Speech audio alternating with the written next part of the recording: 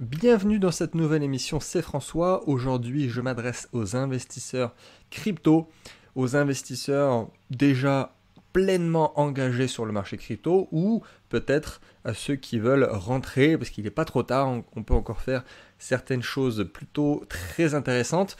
Donc là, le mois d'avril et le mois de mai également, on va faire une grosse série crypto. Là, il y a plein de sujets que je vais aborder avec toi, offrir ce contenu vraiment assez poussé.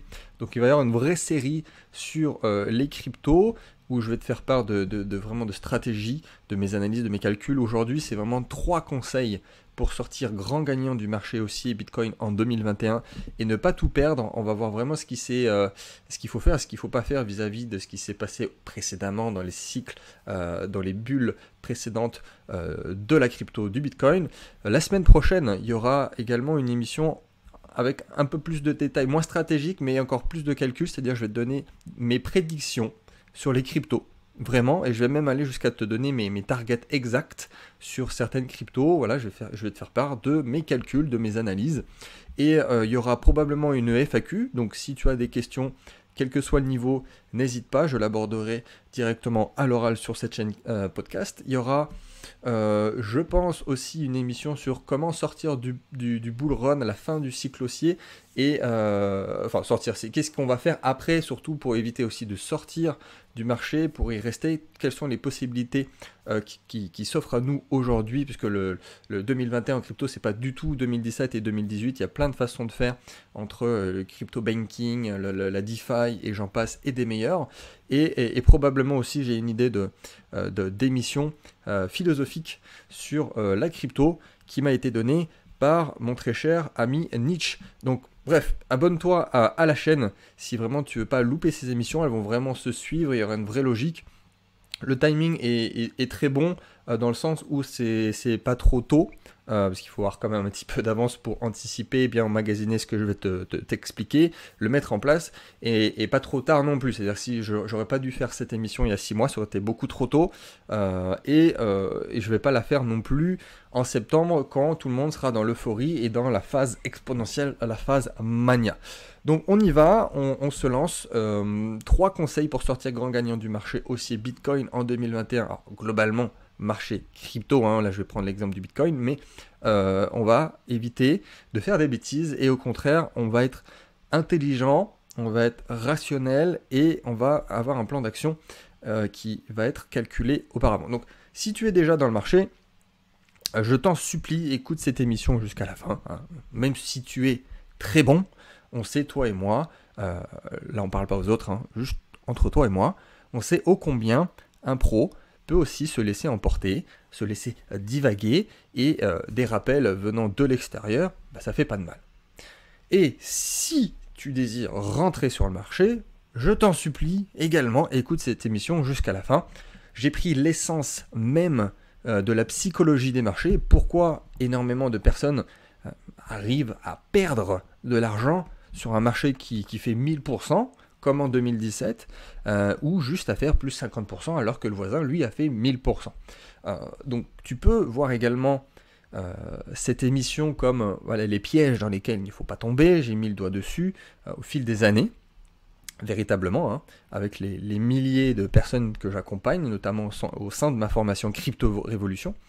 C'est vraiment quelque chose que je n'ai pu voir qu'avec ma position de formateur. Donc, croisant mon expérience, ça va au-delà de l'investisseur très rentable que je suis, je peux me permettre de le dire, mais c'est le professeur éprouvé qui te parle, et le professeur fatigué par moments également qui te parle.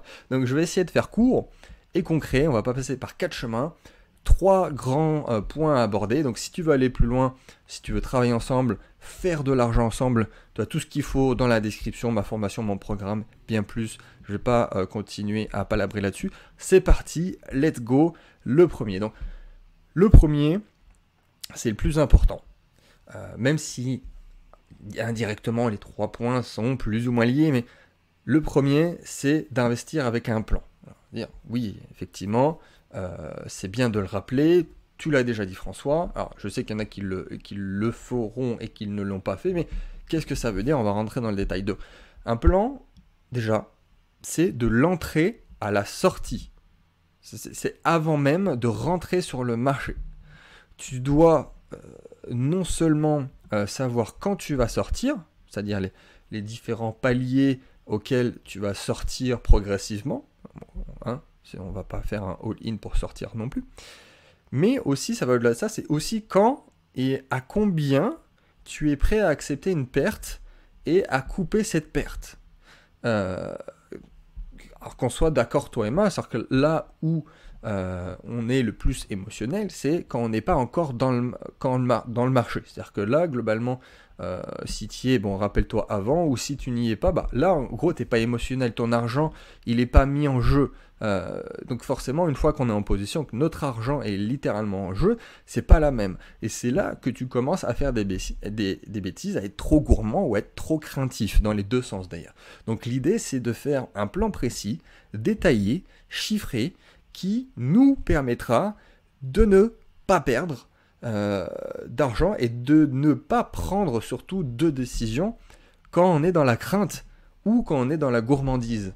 C'est les deux, dans les deux sens, encore une fois. Et je dis nous parce que je m'inclus aussi dedans. Donc, l'idée de le faire avant, quand on n'est pas dans l'émotionnel, c'est pas de prendre les décisions. On les a prises avant les décisions.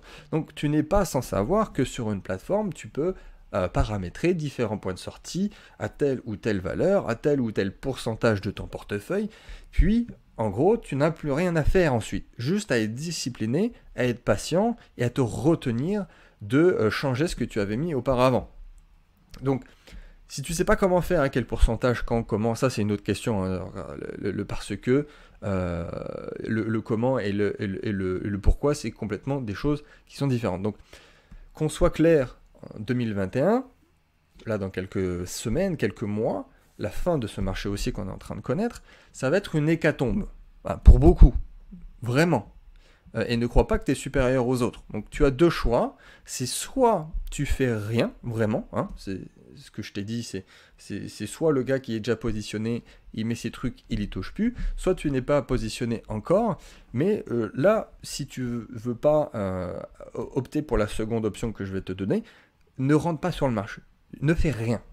Parce que c'est aussi une question de ne pas perdre de l'argent. C'est-à-dire que et vouloir en gagner et en perdre, au final, il va falloir que tu te rattrapes après. Donc, soit tu fais rien, vraiment, soit tu te fais accompagner. Je m'en moque comment tu peux rejoindre mon programme, celui de quelqu'un d'autre, tu peux lire des livres, tu peux te fournir par toi-même. Peu importe, je m'en fous, mais je veux te dire cette chose, et c'est très important. L'histoire se répète. La bêtise aussi. Donc, je vais te raconter une anecdote de quelqu'un qui avait pris ma formation fin 2017. Alors que oui, ça fait un petit moment. Hein. Je te rappelle que j'étais un des premiers en France à faire du contenu crypto. Et donc fin 2017, pour ceux qui n'ont pas connu ce cycle, c'était vraiment la toute fin du marché aussi. Hein. C'était la fin de la bulle, la phase euphorique. Donc je lui avais dit de ne pas investir. Il venait de prendre ma formation. On était à quelques semaines, peut-être voire même quelques jours du plus haut historique. Je lui avais dit, bah attends, voilà. C'est pas encore le bon moment, je te le dirai, je le marquerai sur le groupe privé, enfin bref. Et sur le moment, cette personne, elle m'a dit, bah François, j'ai envie d'investir, je viens de prendre ta formation, c'est pas pour que tu me dises de rien faire, je veux faire du cash, quoi. Et limite, il était vraiment pas content envers moi, il comprenait pas. Vraiment énervé, le garçon. Alors, voilà, c'était exactement ça. Et cette personne voulait investir de mémoire, en plus c'était 30 000, quoi. C'était pas une petite somme, encore plus à l'époque où le marché était différent, il n'y avait aucune régularisation.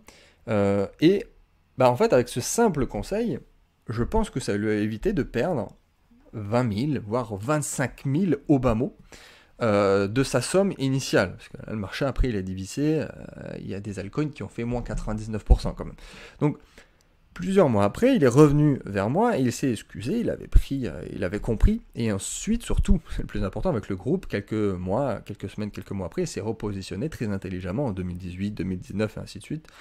Et cette histoire pour te dire simplement que si tu es néophyte et que tu veux rentrer maintenant, c'est soit tu fais rien, soit tu te fais accompagner, car ça va au-delà de faire de l'argent. C'est aussi de ne pas se ruiner, et même quand on commence à faire un 100, 200, 300%, et vraiment se penser à croire avoir des ailes, et bien tout simplement être déchanté complètement après, parce que ça arrive très vite, le retour du bâton.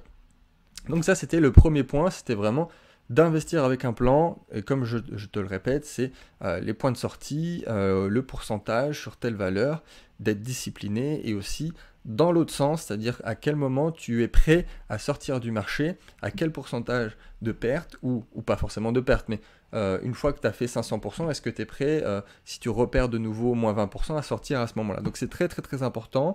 Je ne vais pas te donner tous les chiffres et ma stratégie, ça tu peux l'avoir dans mon programme, mais globalement, si tu le fais pas, c'est pas bien du tout, tu vas te cramer les ailes. Deuxième point, être conscient de son niveau et de ses connaissances techniques.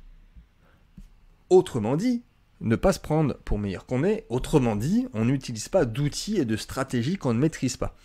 C'est vraiment un bon moyen pour cramer son argent, même si on a déjà eu une réussite ou même plusieurs réussites d'affilée auparavant, qui peuvent avoir été des coups de chance. Et en gros, si on ne s'est pas formé à ces outils, au trading par exemple, ou de telle ou telle façon d'investir, on n'essaie pas de faire le plus malin. C'est-à-dire que les choses ont tendance à fonctionner jusqu'à qu'elles ne fonctionnent plus.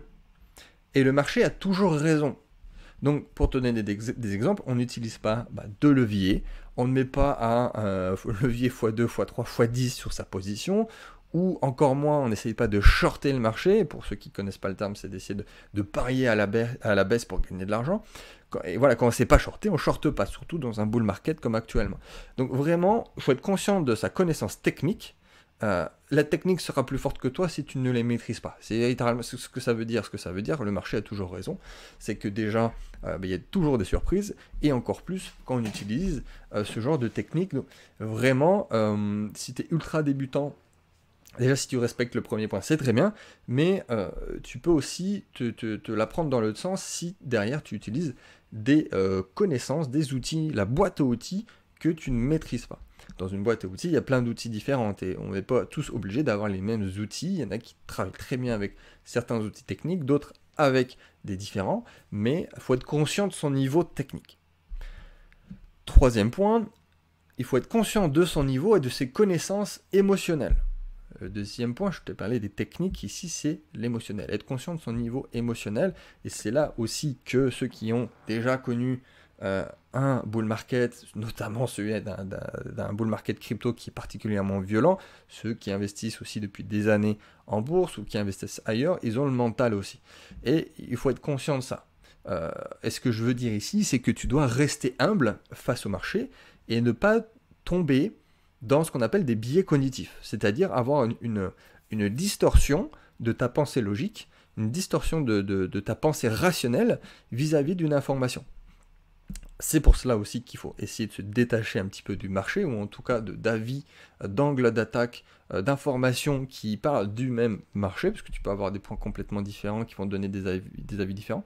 Alors, j'ai fait un point particulier, car au final, j'aurais pu l'intégrer dans le premier point, qui était à investir avec un plan aussi. Mais combien de personnes commencent à avoir un jugement biaisé pour plein de raisons différentes, mais par exemple, ils tombent amoureux de leur crypto préféré, ils se disent non mais celle-là, elle est différente des autres, celle-là va se comporter complètement différent des autres, alors qu'au final, on sait très bien que la technique et en plus le fondamental, des fois, n'est pas du tout lié. Bref. Ou change complètement de chemin en cours de route. Ils voulaient chasser des éléphants et se retrouvent complètement éloignés de la piste parce qu'ils ont vu un lapin. Ou encore, autre exemple, ils décident au final de ne pas prendre leur profit par palier parce qu'ils commencent à se prendre pour le Dieu tout-puissant. Et c'est ça, c'est-à-dire que c'est la fin du bull market qui est dangereux. C'est pas le début, c'est pas la moitié, c'est pas les 2/3, c'est la fin.